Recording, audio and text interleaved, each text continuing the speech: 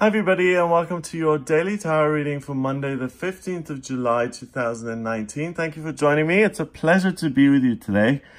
Let's have a look at what the cards want you to know for this day, and I hope you've had a wonderful weekend and that you're ready for the new week of July here.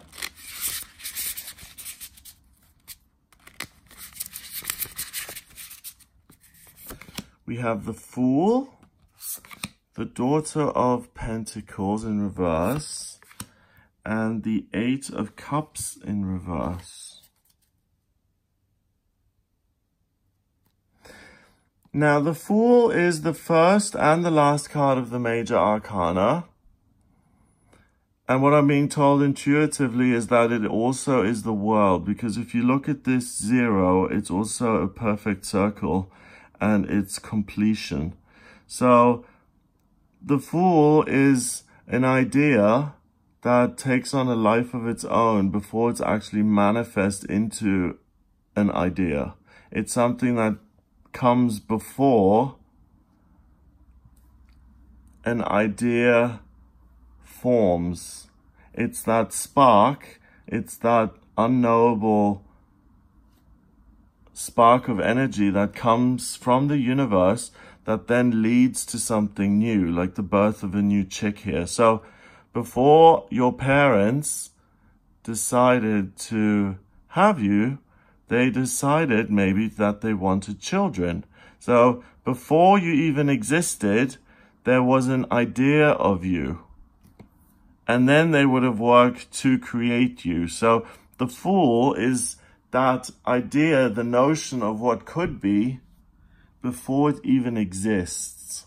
So what I feel is that something totally complete and something from the universe comes into your life, and it adds power, it adds motivation, it adds strength, it adds a sense of being young again and really looking at things in the sense that I can make this fun and I can make the most of this and I can take it in any direction that I want it to go. The possibilities are endless and limitless, and nothing can stop me or dissuade me or discourage me from my path. It's spring. The branches are just starting to flower before they start bearing fruits. That's what the Fool is all about. This trip and this path that you go on before your work actually bears fruit and before your labor pays off. The Daughter of Pentacles is like the Princess of Pentacles or the Knight of Pentacles. She is not quite grown yet. She's also youthful and energized, and she's learning how to live in her surroundings and in the real world. It's in reverse. So you're no Bambi, okay? You're a lot more experienced than you realize. And the physical things that come into your life today, you're able to tackle those head on, and you're able to create some light and some joy and some positive practical experiences for yourself by channeling this energy of newness and joy and happiness into your physical circumstances so that they reflect your life more accurately, so that they become what you want them to be. So don't underestimate yourself in terms of your skills. You're not just the Daughter of Pentacles, you're the Queen of Pentacles. You're someone who is able to rule the element of Pentacles rather than the other way around. Money does not rule you. Your body does not rule you. Your circumstances don't rule you. You rule your body. You rule your finances. You rule your daily routine. If in your schedule you have too little on a certain day and you want to be busier, then you pick up the phone and then you arrange dates to put in your schedule so that you have a full diary. In terms of your money, you look at the money sitting in a savings account that only gives you 0.3% interest. And rather than accepting that, you transfer the money into another bank where the savings account actually pays you a whopping 4% interest. So you rule your circumstances, and that applies to your body as well. If you are not happy with the way something is looking, if you're not happy with the way you feel in your body, and it's really important that we do feel as comfortable as we possibly can in our bodies, because it's an inside job and an outside job. We can use positive affirmations to feel better about ourselves. We can look in the mirror and say, I love you. Thank you for taking such good care of me. You're perfect as you are. And that really soothes us and affirms us on an emotional level. But then also when we glance in a shop window and we catch our reflection, then that's just a physical thing. And sometimes we can be unhappy with our posture, or with our haircut, or our weight, or our nose, or whatever it is. And if you want to make changes to your body, again, your body does not rule you, you rule your body. So just remember all of that. Finally, the 8 of Cups is about feeling like nothing that you've achieved is worth anything. Everything has gone to smithereens, and you're now faced with this insurmountable obstacle of darkness that's looming over you, and everything is awful, and everything is dreadful, and there is no future, and all there is a climb, and a bigger climb. And once you get to a certain peak, then there's always another peak, and you always have to keep going and keep going and keep going until you're exhausted and you have nothing left.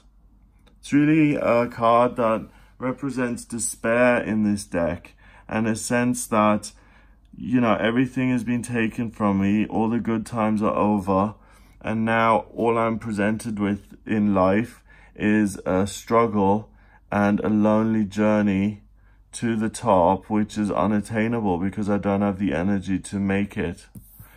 So it's a good thing this is in reverse, because rather than seeing big obstacles, nothing is insurmountable for you.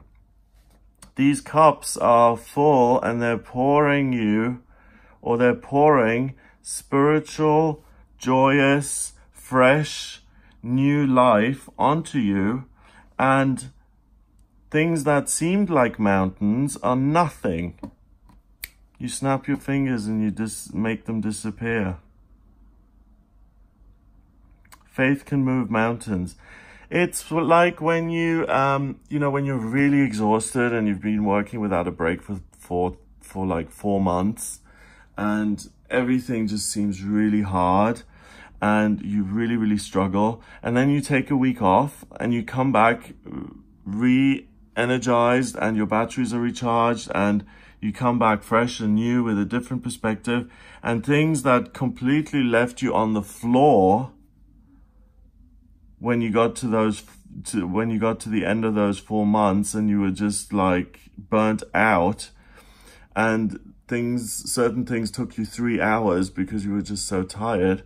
Once you take that week off and you come back, not only does it not fill you with a sense of dread, this work that lies ahead of you, but you also just happily kind of face it, do it, and it's done within half an hour instead of 3 hours, because you just have more energy. You have this boost of new life in you, and you realize that you have more skills, and that you are in charge of what's going on, rather than the world dictating to you what is going to happen. So you have the ability to move mountains. You are emotionally in a really, really good place. You feel very, very well. You feel optimistic, positive. You feel this sense of potential, new beginnings. And when we're in that space, we feel good. we feel like, wow, there is light at the end of the tunnel. There's a lot of hope. My actions do matter. When I make an effort, things do change. Things can go well. And I live for that. I'm loving it. I appreciate that about myself. Whereas when you look at this card, there's no hope. Everything I loved is gone, and now there's just a wall that I have to bang my head against. And that wall today disappears because you're full of this loving, joyous, fun, exciting, super energy. And it helps you because the Daughter of Pentacles is in the center of the reading. It helps you sort out your physical circumstances. So channel it into resolving any obstacles in your life that you haven't been able to resolve yet. Like that file that's really hard that you always keep putting to the bottom of the pile because it's just so complicated. Or addressing the physical circumstances or the daily routine or the work stuff that you just haven't had the courage or the energy or the presence of mind or the nerve to address. You've got the nerve and all of those things to address that today, because mountains are nothing to you today. They're just little mirages, and you're being showered all day long with this yellow, beautiful, spring-like energy of completeness, wholeness, and using your joy and creating rainbows out of circumstances which seemed so dark and difficult and insurmountable, and really just making them beautiful and joyous and turning them into wonderful situations that pay off for you. Number-wise, we've got the Fool, which is 0, and a Court card, which is 1. And then this is 8. So we have 9, and 9 is about spirituality and completion, and that's where that 0 comes in again. This energy is new, but it's whole. It's complete in itself. It's that spiritual energy that reminds you that you don't have to strive towards anything. You're enlightened already. You just have to remember who you are. Again, it's that other saying, if you realize how powerful you were, you would never worry another day in your life. If you realized who was walking next to you in terms of spiritual guides and energy and how loved you are by the universe, you would never worry another day in your life because you'd realize that you're taken care of. And today, that trickles down, whether it trickles down in an explicit way, whether, you know, an angel comes and rips off the roof and says, hello, I love you, and you're supported, or whether it's an inner feeling of, I can do this, I can overcome this, and just skip over it and turn it into a wonderful rainbow and a joyous experience. And I can do a little dance for myself, do my little happy dance. So it's spirituality and completion. You don't need to be a guru or a meditation master to receive this energy. All you need to do is be willing to show up for the day. You receive the energy, it rains down on you all day long.